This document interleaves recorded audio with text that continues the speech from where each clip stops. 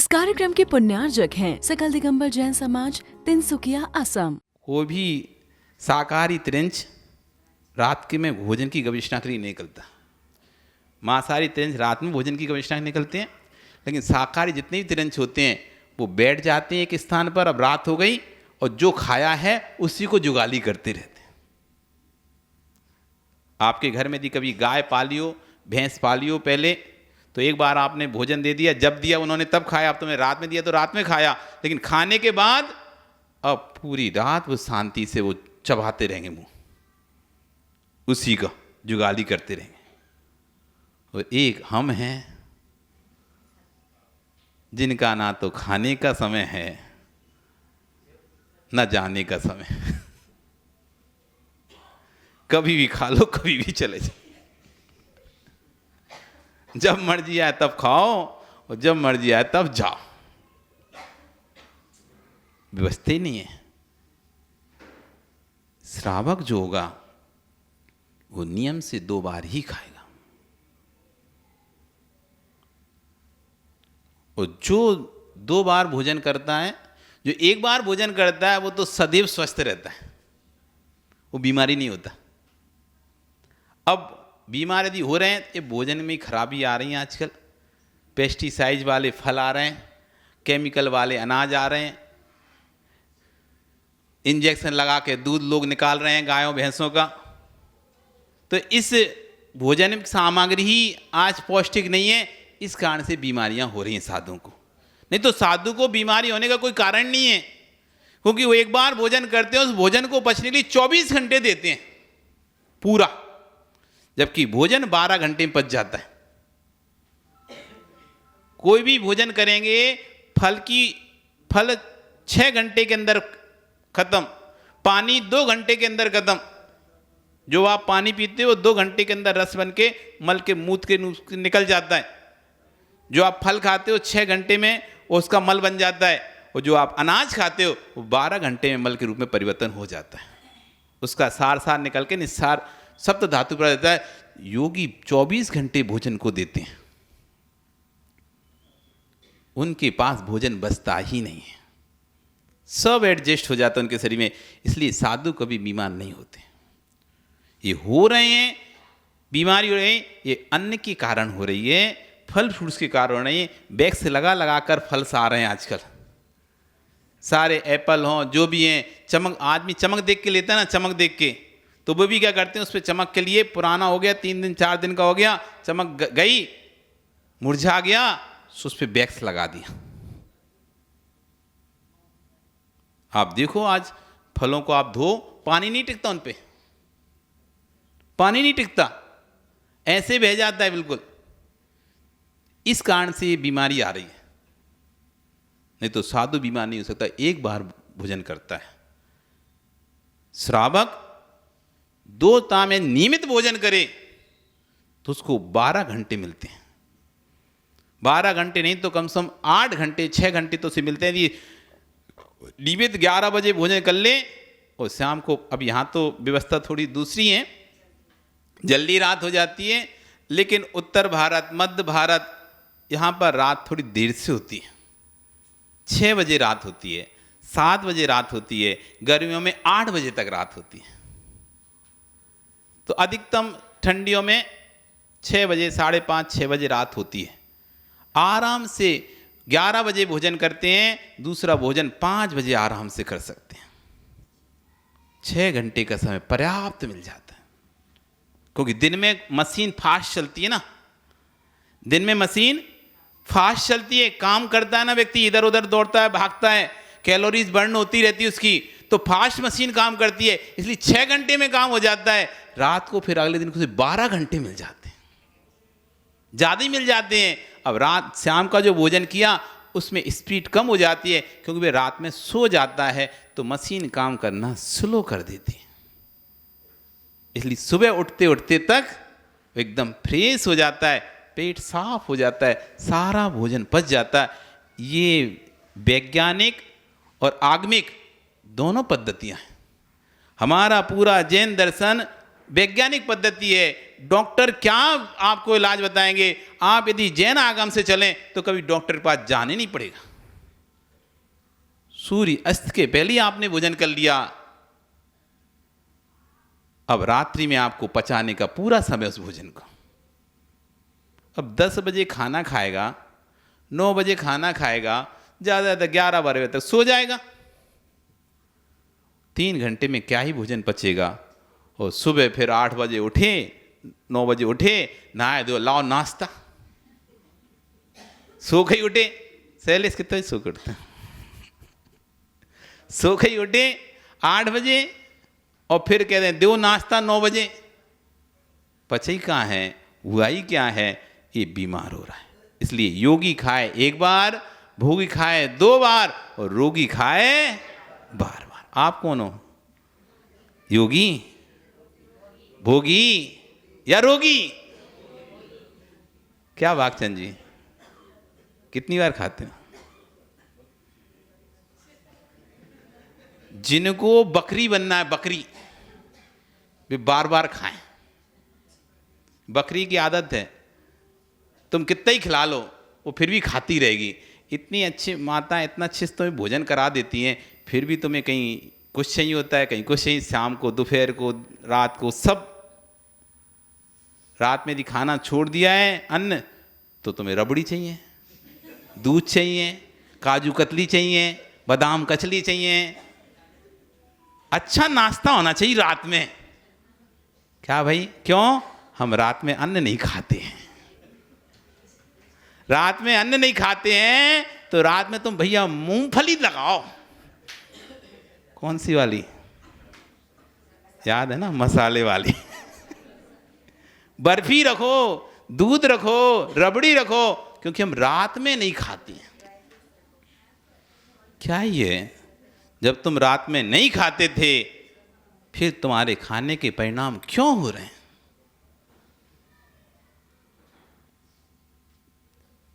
राम सीता, सीता बोल रही है, हे सौमीन, ओ सुकेश। क्या बोल रही है नरेंद्र, तुम्हारी सीता क्या बोलती है? अच्छा, हम जब भी अयोध्या में थे, बिना साधु को आहार दिए आहार नहीं किए। कुछ लोग नलवाड़ी से आए हैं अभी, इनमें से एक नरेंद्र ऐसा है, पहले नहीं आता लेकिन जब आया तो फिर आहार देकर ही जाता था। रोज लगभग कुछ कारण हो गया तो नहीं आया, नहीं तो नलवाड़ी में आहार देने आते ही आता था। आहार देकर ही आहार करते हैं।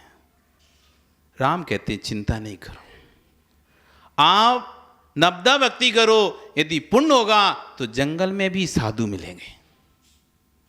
सीता कलश लेके खड़ी हुई है, राम कलश लेके खड़े हुए हैं। तभी राम की दृष्टि पड़ती है, देखो देखो देखो, 2 चारण रिद्धिधारी मुनिराज चले आ रहे हैं। आकाश मार्ग से 2 चारण रिद्धिधारी मुनिराज जा रहे हैं। वो मुनिराज आहार की खोज में निकले हुए थे। तभी दोनों बड़ी भक्ति भाव के साथ, भो स्वामी नमोस्तु नमोस्तु नमोस्तु, आत्रो आत्रो आत्रो, तिष्ठो तिष्ठो तिष्ठो, मन शुद्धि, वचन शुद्धि, काय शुद्धि, आहार जल शुद्ध है, नमोस्तु भगवान। जोर से बोलते हैं, जैसे सुरेश बोलते हैं ना, जोर जोर से। हार तो कहानी पड़ जाता है कहीं।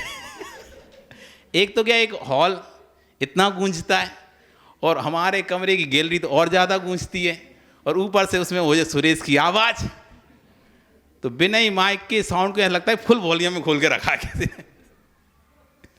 बहुत स्वामी नमोस्तु नमोस्तु नमोस्तु। अभी पड़गान करते ना आप लोग, आपको पड़गान की विधि नहीं पता। नमोस्तु नमोस्तु नमोस्तु, अब क्या करें, नमोस्तु बात तो और बोलो, बस नमोस्तु नमोस्तु नमोस्तु नमोस्तु नमोस्तु नमोस्तु। क्या करें नमोस्तु का, विधि सीखो। भो स्वामी नमोस्तु नमोस्तु नमोस्तु, अत्र अत्र अत्र, तिष्ठो तिष्ठो तिष्ठो, मन शुद्धि, वचन शुद्धि, काय शुद्धि, आहार जल शुद्ध है। हम सामने वाले स्वामी को बता रहे हैं, हे स्वामी आप यहाँ आइए, यहाँ ठहरिए, यहाँ पर मैंने मन वचन काय की शुद्धि के साथ आहार तैयार किया है, आप मेरे हाथों से आहार लीजिए। मन शुद्धि, वचन शुद्धि, काय शुद्धि, आहार जल शुद्ध है, नमोस्तु स्वामी। ये आह्वान विधि है, ये आह्वान विधि है, आह्वान विधि करना चाहिए। अब ऐसी कड़लस लेके खड़े हो जाते हो, ऐसे हाथ मटकाते रहते, बस बोलते नहीं वहाँ से। कई बार तो हमको विधि मिल जाती है पर अब वो बोलते ही नहीं है तो हम क्या बोले।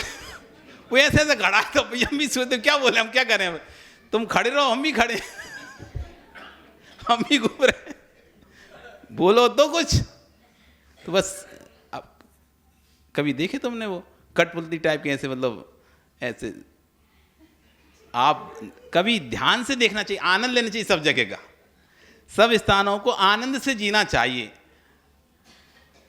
हमको बड़ा हंसी आती, कभी कभी बहुत आनंद आता है, और आनंद उस समय जब ज्यादा आता है जब हम भोजनशाला में ही बैठे हैं, तब भी वो कह रहे हैं भोजनशाला में प्रवेश किया। उनका धरती खोद के प्रवेश करें क्या?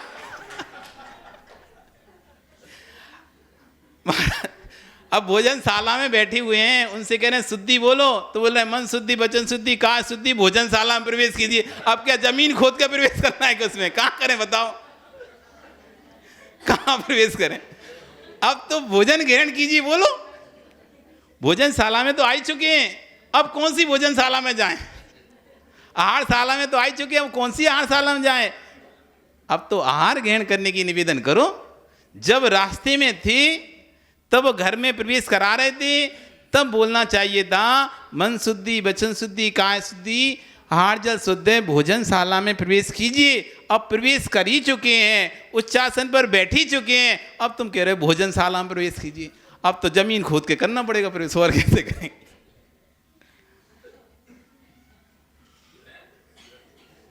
नहीं कहते? बोलते हो क्या? ऐसा बोलते ही नहीं बोलते लोग? सुना देंगे, नहीं सुना होगा तो नहीं आता ना। ओहो, सोचो सोचो, थोड़ा शर्म खाओ।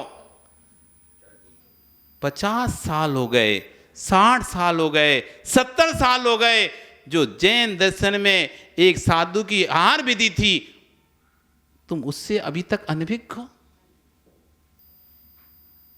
ऐसा कभी विचार नहीं आ पाएगा मैं अपने धर्म की तो विधियां सीख लूं, कम से कम अपने साधु की पड़गान की विधि तो सीख लूं। कोई मुझे कभी कभी भानु इंटरव्यू होते हैं ना, जब IAS IPS बड़े बड़े भी पूछते हैं तुम कौन हो, वो कहता है जैन, तो बोलते बताओ तुम्हारे 24 तीर्थंकर के नाम। तुम जैन हो ना? जैन हूं मैं। जैन होकर तुम्हें अपने 24 तीर्थंकर के नाम नहीं पता? 24 तीर्थंकर चिन्ह पूछ लेते हैं वे, क्योंकि IPS IAS ऑफिसर में तुम्हें सर्व धर्म का ज्ञान होना चाहिए, और पहले अपने धर्म का तो ज्ञान होना चाहिए। तुम कैसे दूसरे धर्मों को फिर कैसे एडजस्ट करो, कैसे सामंजस्य बिठाओगे सबके बीच में? तुम्हें जब धर्म का ज्ञान ही नहीं है, तुम इधर कह रहे हो जैन हूं, और जैन का तो तुम्हें जा नहीं समझ में आ रहा। पूछ लेते हैं जैन कैसे बना, जैन कैसे बना? कोई तुमसे पूछ ले जैन शब्द कैसे उत्पन्न हुआ? जिना अति देवा सा जैना, ये समास शब्द है जैन। जिन है देव जिसके वो है जैन। जैसे बोलते हैं पीत है अंबर जिसका वो है पीतांबर, दिशा है अंबर जिसकी वो है दिगंबर। ऐसी जिन है गुरु प्रभु जिसके वो है जैन। ये समास शब्द है जैन। जिना इति देवा सा जैना।